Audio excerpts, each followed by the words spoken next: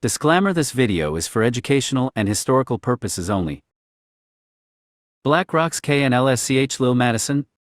One day I got a call from Southern Kennels USA who wanted to buy a dog from me. After going back and forth I declined his offer, however I lent him Rocky, who at that time was around 1 year old. Rocky stayed about a year in Florida, proving that he got what he needs, before coming back to Mexico. Lil Madison also proved to be a good one with enough gameness, endurance and intelligence to be a serious prospect. One day I was invited to Tijuana for a big birthday party, and I took Lil Madison with me. I just wanted her with me. Well, I ended up hooking her into Munoz at 33 pounds.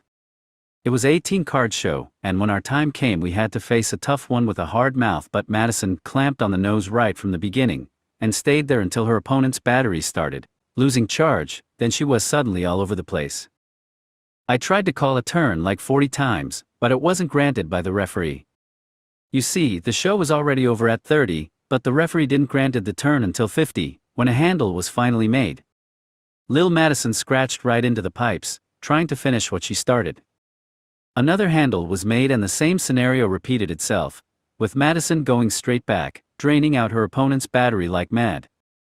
At 1 o'clock, Munoz's dog is finally picked up, making Lil Madison a one-time winner. After the show some friends were heading to the hotel, so I asked them to take Madison to our room for a well-deserved rest. They said okay, so I put her in the car and went back. Shortly after they left, the police came too. The site and everybody started running like crazy. On the way back, we got lost and ended up stuck overnight in the mountains. It was already well into the morning when we finally found our way back to the hotel, just to find out that Lil Madison was confiscated by the police. Fortunately, a Mexican friend managed to get the dog back, and returned her to me. I would like to take the opportunity here, and thank Esteban Rosas for all the help he provided. Some time later I got a call asking if I'm interested in attending a world-class event.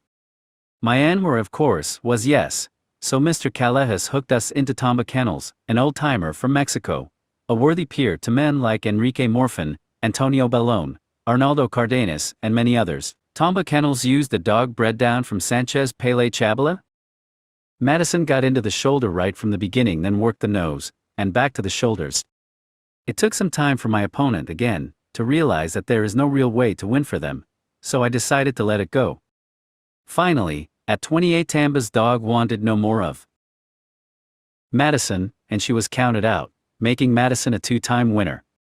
I think it's worth mentioning that we traveled more than 1,200 kilometers, about 745 miles, for this show.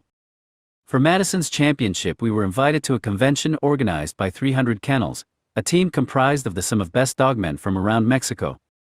So after the usual negotiating, the contract was signed, and we were hooked into Mr. Juan Luna, who used a two-time winner bred by Chiflado Kennels from their own bloodline. Well, the day has come, and Madison was in her best shape ever, weighing at 33 pounds, acting crazy. She was more than ready. Madison didn't waste time, and started what she came for straight away.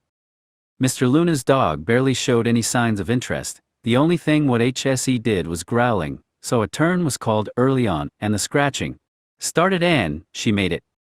Now it was Madison's turn, and she run a good one, screaming for more.